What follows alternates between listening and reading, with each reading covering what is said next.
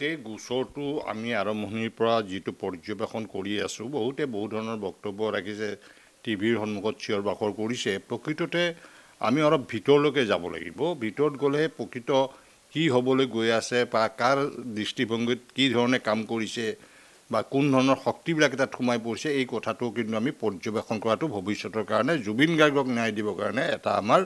প্ৰতিজন অসমীয়াৰ কিন্তু দায়িত্ব আৰু কৰ্তব্য বুলি আমি অনুভৱ কৰোঁ। প্ৰশ্ন হৈছে, যেতিয়া এই ঘটনাটো সংঘটিত হ'ল,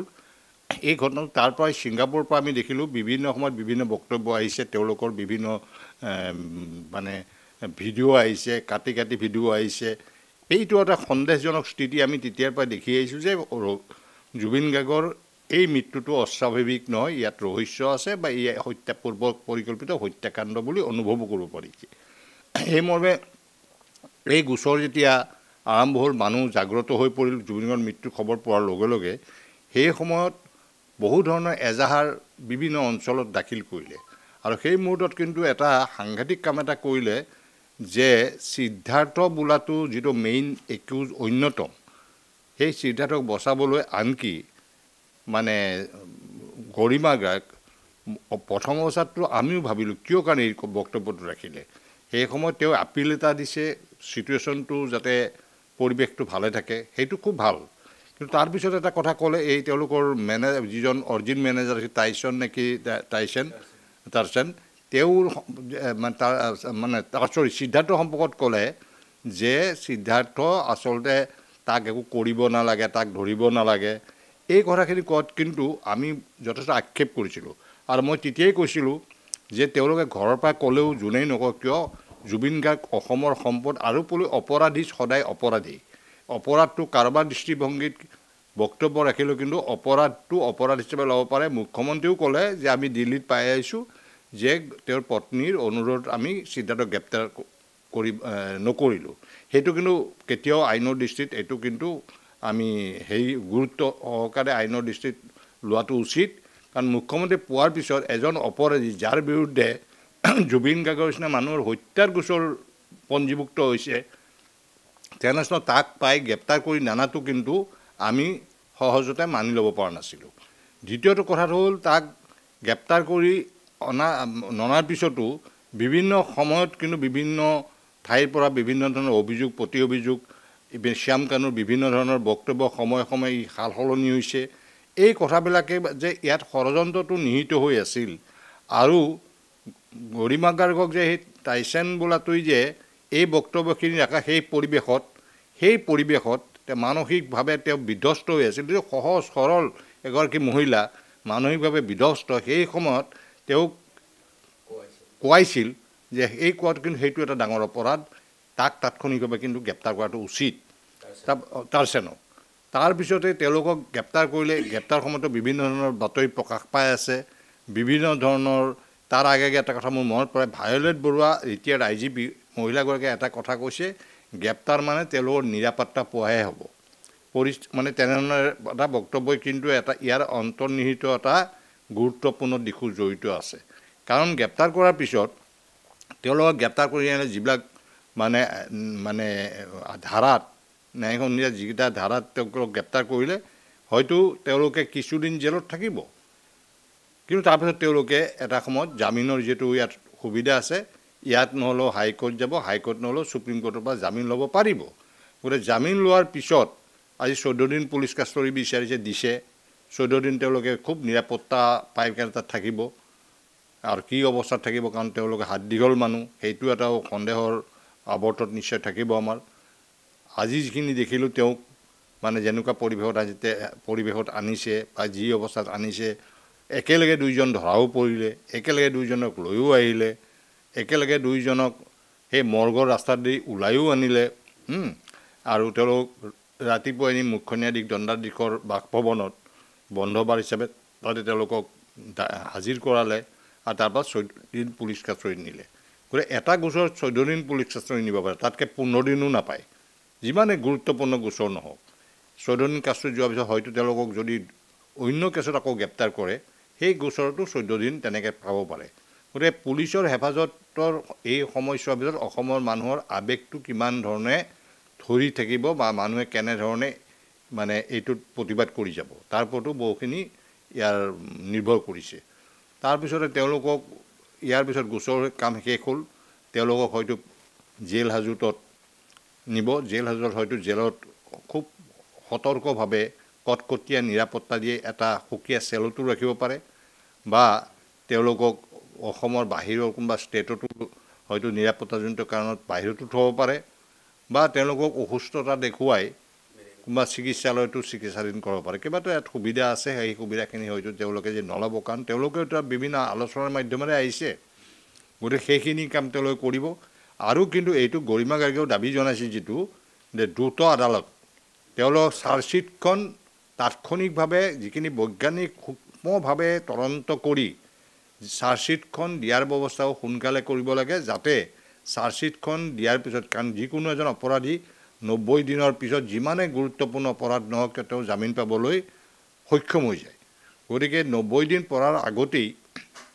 যাতে তেওঁলোকে চাৰ্জশ্বিটখন আদালতত বিচাৰৰ কাৰণে দাখিল কৰে আৰু আদালতো চৰকাৰে আবেদন কৰক দ্ৰুত আদালতৰ জৰিয়তে দৈনন্দিনভাৱে যাতে বিচাৰ প্ৰক্ৰিয়াটো চলে আৰু এটা বিশেষ গোট এটা চৰকাৰী পক্ষৰ পিনৰ পৰা পুলিচৰ লগত এটা বিশেষ গোট অধিবক্তা চৰকাৰী অধিবক্তা প্ৰয়োজন হ'লে ইয়াৰ এক্সপাৰ্ট বাহিৰৰ পৰা আনি হ'লেও এই গোচৰটোত তেনেধৰণৰ ব্যক্তিৰ জৰিয়তে আটাইবোৰ সাক্ষ্য ডকুমেণ্টাৰী তথ্য পাতি থকা ডকুমেণ্টছ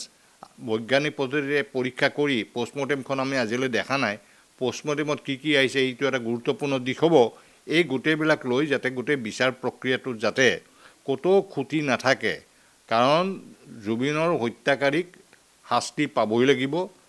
সকলোৱে যিটো বিচাৰিছে প্ৰতিজন মানুহৰ আৱেগ ইয়াত জড়িত আছে গতিকে ইয়াত যাতে গাফিলতি কোনো পক্ষৰ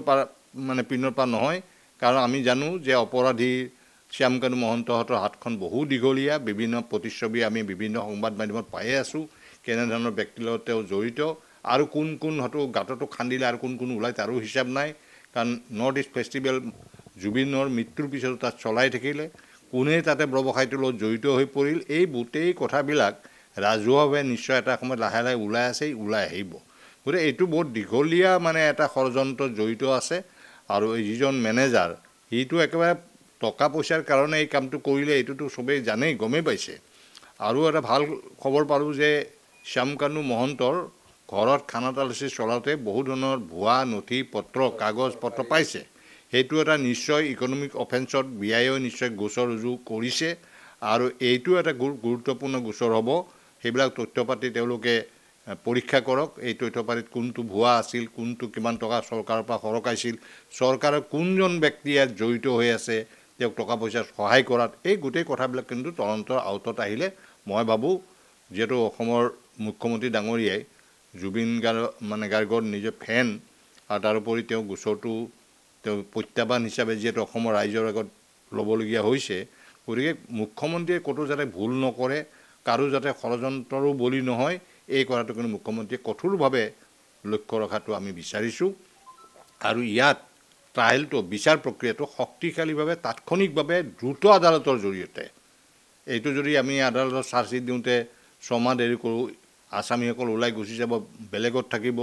বা তেওঁলোকে হয়তো বিচাৰিব যে আমি ইয়াত ন্যায় নাপাব পাৰোঁ গতিকে বেলেগ ষ্টেটলৈ গোচৰটো ট্ৰেন্সফাৰ কৰিব লাগে বেলেগ ষ্টেটত হয়তো যিহেতু প্ৰভিজন আছে মাননীয় উচ্চতম ন্যায়ালয়ত যাব বেলেগ ষ্টেটত লৈ যাবৰ কাৰণে হয়তো অনুৰোধ কৰিব বেলেগ ষ্টেটলৈ যদি লৈ যায় তাতেও ট্ৰায়েল হ'লে ট্ৰায়েলটো কিমান দূৰ আমাৰ সাক্ষ্যবাদীসকলে গৈ তাত ট্ৰায়েলত অংশগ্ৰহণ কৰিব পাৰিব আৰু এভিডেন্স বা কিমান ছাপ্ৰেছ অলৰেডি হ'ল এভিডেন্স বা কিমান ছাপ্ৰেছ হ'ল তথ্যবিলাক কিমান লুকুৱাই পেলালে আৰু সাক্ষ্যবিলাকক সেই সময়লৈকে কি অৱস্থাত ৰাখিব পাৰি তেওঁলোকক প্ৰটেকশ্যন দিব লাগিব কাৰণ সাক্ষ্যৰ পৰা ইয়াত তেওঁলোকক সক্ৰিয় সাক্ষ্যৰ পৰা এটা হেঁচা প্ৰয়োগ হ'ব গতিকে এই গোটেই কথাটো জড়িত আছে গতিকে গোটেই বিচাৰ প্ৰক্ৰিয়াটো সাক্ষ্যখিনি নোহোৱালৈকে অন্ততঃ তেওঁলোকক জেলৰ ভিতৰত ৰাখিব লাগে আৰু জেলৰ ভিতৰত থাকোঁতেই তেওঁলোকৰ চূড়ান্ত ৰায়দান যাৰ সপক্ষে বিপক্ষে নাযাওক কিয় চূড়ান্ত ৰায়দান কিন্তু আদালতৰ পৰা ল'বলৈ চৰকাৰ সক্ষম হ'বৰ কাৰণে যিখিনি প্ৰয়োজনীয় দিশ আছে এই লক্ষ্যখিনি পৰ্যবেক্ষণ কৰক আৰু চৰকাৰে তেওঁলোকক ৰখাৰ ব্যৱস্থা কৰক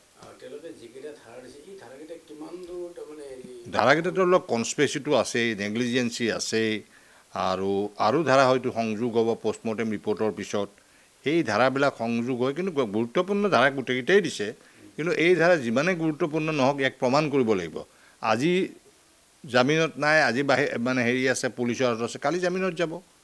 গতিকে তাৰ বাবে বিচাৰ প্ৰক্ৰিয়াটো মূল হ'ব তেওঁলোকৰ সেই বিচাৰ প্ৰক্ৰিয়াৰ মাধ্যমেৰে যাৱজ্জীৱন কাৰাদণ্ড দিব পৰা যাব নাই মৃত্যুদণ্ডলৈ নিব পৰা যাবনে নাই এই কথাখিনি চৰকাৰীভাৱেও চাব লাগিব আৰু এই কথাখিনি তথ্যপাতিৰ দ্বাৰা তেওঁলোকে আদালতত কাৰণ আদালতত যাব তথ্যপাতিৰ ওপৰত সাক্ষ্যৰ ওপৰত গতিকে যেনেকৈ পৰাগ কুমাৰ দাসৰ কেছটোতো আমি দেখিছিলোঁ হাজাৰ লাখ লাখ মানুহ ওলাই আহিছিলে সেই সময়ত প্ৰতিবাদ হৈছিলে সেই গোচৰটো কি হ'লগৈ মইতো ৰায়দানলৈকে মই নিজে উপস্থিত আছোঁ কি হ'লগৈ যে তেওঁলোকে তদন্তৰ গাফিলতিৰ কাৰণে দেখাই দি চিনাক্তকৰণ হোৱাৰ পিছতো স্কুলৰ ছাত্ৰসকলে সেই সময়ত তাত থকা ছাত্ৰসকলে চিনাক্তকৰণ কৰিলে ছবিখন ফটোখনত কিন্তু সেই ফটোখনৰ তেওঁলোকে নিগেটিভটো নাৰাখাৰ কাৰণে পজিটিভ ফটোৰ ওপৰত কোৰ্টে মানি ল'ব নোৱাৰে যাৰ কাৰণে খালাচ পালে আৰু সাক্ষ্যই বহুত ভাষ্যও সলনি কৰিলে গতিকে এনেকুৱা ধৰণৰ কথাবিলাক আহি যাব আমি বহু গোচৰ দেখিছোঁ কেইবাটাও গোচৰ দেখিলোঁ তদন্ত দেখিলোঁ জোনমণি ৰাভাৰ তদন্ত দেখিলোঁ মানে তদন্তটো বহুত দেখিছোঁ আমি কোনো তদন্তত তেওঁলোকে সাক্ষ্যৰ বাবতে খালাচ পাই যায় আজি দৌলত সিং নেগীৰ যেনেকৈ ঘটনাটো এজন IPS অফিচাৰ ডিব্ৰুগড় সেইখন SP এই গোচৰটো মই পৰিচালনা কৰিছিলোঁ সেইটো অসমৰ এটা খুব চেঞ্চেশ্যন কেছ আছিল তাতেও পিছলৈ এইটো CBI তদন্ত কৰিলে তেওঁলোকৰ IPS অফিচাৰজন সেই সময়ত তেওঁ এজন SP আছিল লগত 4জন তেওঁ চিকিউৰিটিক মাৰিছিল ডে ব্ৰড লাইট দিনতেই সূৰ্যৰ পোহৰত মাৰিছিল সেই গোচৰটো তেওঁলোকৰ অকল সাক্ষ্যৰ বাবদ আৰু সাক্ষ্যৰ গাফিলতিৰ কাৰণে ভুল পৰিচালনা কৰাৰ কাৰণে দৌলত সিং নেগীৰ হত্যাকাৰী এইবোৰ খালাচ পাবলৈ মানে সুবিধা পালে গতিকে এই কথাবিলাক আমি চাব লাগিব যে তদন্ত বেইল আজি আছে কালি নাই এনে হুলস্থুল কৰি লাভ নাই জামিন দিব নালাগে জামিন পাব নালাগে এনেই আমাৰো বহুত মানুহ হয়তো জামিন পাব লাগে জামিন পাব নালাগে চিঞৰ বাখৰ কৰি যাব টিভিৰ আগত সেইটো নকৰে গতিকে কালি বিচাৰ প্ৰক্ৰিয়াটো হ'ল মূল গুৰুত্বপূৰ্ণ হ'ল বিচাৰ কিমান দিন ৰাখিব পাৰে আদালতে সেইটো আদালতে নিজৰ কাম কৰিব চৰকাৰে নিজৰ কাম কৰিব বা তেওঁলোকেও নিজৰ কাম কৰিব কিন্তু কথা হ'ল কি বিচাৰ প্ৰক্ৰিয়াটো মই সদায় গুৰুত্ব দিওঁ বিচাৰ প্ৰক্ৰিয়াটো বহুত মানুহে ভাবে এৰেষ্ট হোৱাৰ পিছত 3টা মাৰ্ডাৰ কৰিলেও 90 দিনত চাৰ্জশ্বিট নিদিলে সি খালাচ এই জামিন পাবই জামিন দেৰি প্ৰভিজন সেইকাৰণে কৈছোঁ চাৰ্জশ্বিটখন বিফ'ৰ মানে 90 ডেজ বা 60 ডেজ যিটো পিৰিয়ড থাকে সেই পিৰিয়ডৰ আগত যদি চাৰ্জশ্বিটখন দিয়া যায় তেতিয়াহ'লে তেওঁলোকে অন্ততঃ বিচাৰ প্ৰক্ৰিয়াটো ফেচ কৰিব লাগিব আৰু বিচাৰ প্ৰক্ৰিয়াটোৰ সময়ত তেতিয়া আদালতৰ কথা যে জামিন দিব বা নিদিয়ে তেতিয়া আদালতৰ জুৰিডিকশ্যন থাকে আৰু যদি 90 দিনৰ ভিতৰত তেওঁলোকে জামিন নিজে এখন কাগজ লিখিও আহিব পাৰে কাৰণ সেইটো মেটাৰ অফ ৰাইট মোৰ 90 দিন হ'ল মই এতিয়া যাব বিচাৰিছোঁ সেইটো মেটাৰ অফ ৰাইট নিজে এখন তাত উকিলো নালাগে গতিকে সেই 90 দিনত জামিন হোৱাৰ পিছতো আমি বিৰাট ডাঙৰ ডাঙৰ বক্তব্য ৰাখি আছোঁ টিভিৰ সন্মুখত তেওঁ অমুকৰ জামিনত তমুকৰ জামিনত সেই পিৰিয়ডটো নাজানে আৰু আপোনালোকৰ ধৰি লওক গোটেই মানুহে ভিতৰলৈ যায় পৰ্যবেক্ষণো নকৰে গতিকে এনেকুৱা ধৰণৰ কথাবিলাক চলি আছে গতিকে এই মুহূৰ্তত কোনো শক্তিয়ে যাতে ইয়াত প্ৰভাৱিত কৰিব নোৱাৰে কাৰণ বহু শক্তি সোমাই পৰিছে কিন্তু মই যিমান দূৰ জানো কাৰণ আমি মানে ফটো এইবিলাক কথা আগবঢ়াবও যোৱা নাই যাক ক'ব লাগে যোনে বুজিব লাগে আমি কৈছোঁ গতিকে তদন্ত শক্তিশালী হ'বলগীয়া হ'লে মানে পানী নহৰকোৱা এখন চাৰ্জশ্বিট দিব লাগিব য'ত তথ্যপাতি থাকিব আৰু সেইখিনি প্ৰমাণ কৰাৰ কাৰণে বৈজ্ঞানিক পদ্ধতিৰে ধৰি লওক আপোনাৰ মোবাইলৰ কথাখিনি হওক ফেচবুকৰ কথাখিনি হওক ফটোবিলাক হওক সেইবিলাক এক্সামিন কৰিবই লাগিব পোষ্টমৰ্টেম ৰিপৰ্টত ক'ত আছে কি ছিংগাপুৰৰ ৰিপৰ্টত কি আছে ইয়াৰে ৰিপৰ্টত কোনখিনি পালি এই বস্তুটো টেলি কৰি এইখিনি মিলাই লৈ তাৰ পৰা পক্কাভাৱে এখন পোষ্টমৰ্টেম ৰিপৰ্টটো আদালতক পতিয়ন যোগ্য যোৱাকৈ সেই পোষ্টমৰ্টেম ৰিপৰ্টৰে সৈতে সেই সময়ৰ ফটোবিলাক ইয়াক ঠেলি দিয়ে ইয়াক পেলাই দিয়ে এই বক্তব্যবিলাক টুকুৰা টুকুৰকৈ কিয় পঠিয়ালে কিয় লুকুৱালে 8 দিনলৈকে তেওঁৰ মৃত্যুৰ কথাটো 8 দিন পিছতহে কথাবিলাক ওলাইছে মৃত্যুৰ কথাটো 8 ঘণ্টা কিয় লেট কৰিলে খণ্ড খণ্ড কিয় ভিডিঅ' দিলে এই ভিডিঅ'টো কোনে কৰিছিল তেওঁতো আনাই নাই এতিয়ালৈকে এই ছোৱালী এজনী কৰিছিল এই মহন্তৰ শ্যামকান্দুৰ ভাগিনীয়েক বুলি কৈছে এতিয়া তেওঁলোকতো অহাই নাই আৰু কোন কোন কেনেকৈ জড়িত আছে তাতে কোন কোন গৈছিল এক পাৰ্টিত কোন কোন গৈছিল জাহাজত কোন কোন গৈছিল সেই সময়ত অসাৱধানতা কাৰ কাৰণে হ'ল জুবিন যাব নোযোৱা মানুহটো কিয় বলপূৰ্বকভাৱে লৈ যোৱা হ'ল এই গোটেই কথাবিলাক কিন্তু ষড়যন্ত্ৰটো আৰু ৰহস্যময়টো কিন্তু কথাটো ওলাই যাব এইটো পানী নহৰকোৱা ইয়াত তদন্ত লাগিব বৈজ্ঞানিক দিশটো যথেষ্টভাৱে শক্তিশালী হৈ এই বস্তুবিলাক তথ্য সহকাৰে আদালতৰ আগত দাখিল কৰিলে বিচাৰ প্ৰক্ৰিয়াত মই বিশ্বাস কৰোঁ যে যিখিনি কথা আমি বুজি পাইছোঁ 40 বছৰ আমি ওকালতি কৰি অকল মই ট্ৰায়েলটোৱে মই চলাই গৈছোঁ মই জামিন টামিনত ইমান আগতে গুৰুত্ব নিদিওঁ কিন্তু কোৰ্টৰ নিজৰ কথা এইটো গতিকে এই প্ৰক্ৰিয়াটো গোটেই খুঁটি নাটি জানাটো তেনেকুৱা ধৰণৰ যদি চৰকাৰে বাহিৰৰ পৰা হ'লেও অধিবক্তা দিয়ে মই ভাবোঁ যে মানে এই গোচৰটোত তেওঁলোকে যথেষ্ট মানে গুৰুত্বপূৰ্ণভাৱে আদালতক পতিয়ন নিয়াব পাৰিলে আদালতে তেওঁলোকক যথেষ্ট শক্তিশালীভাৱে তেওঁলোকৰ বিৰুদ্ধে ইয়াৰ সিদ্ধান্ত দিবলৈ সুবিধা পাব এতিয়া চৰকাৰে কিমান দূৰ এইটো গুৰুত্বকাৰে আৰু আন্তৰিকতাৰে লৈছে কাৰণ সদায় তদন্তবিলাক বিচাৰ প্ৰক্ৰিয়াবিলাক সদায় তদন্তৰ গাফিলতি চৰকাৰৰ পৃষ্ঠপোষকতা প্ৰতিটো আমি সময়ত দেখি আছোঁ কিন্তু জুবিন গাৰ্গৰ ক্ষেত্ৰত চৰকাৰে কেনেধৰণে ল'ব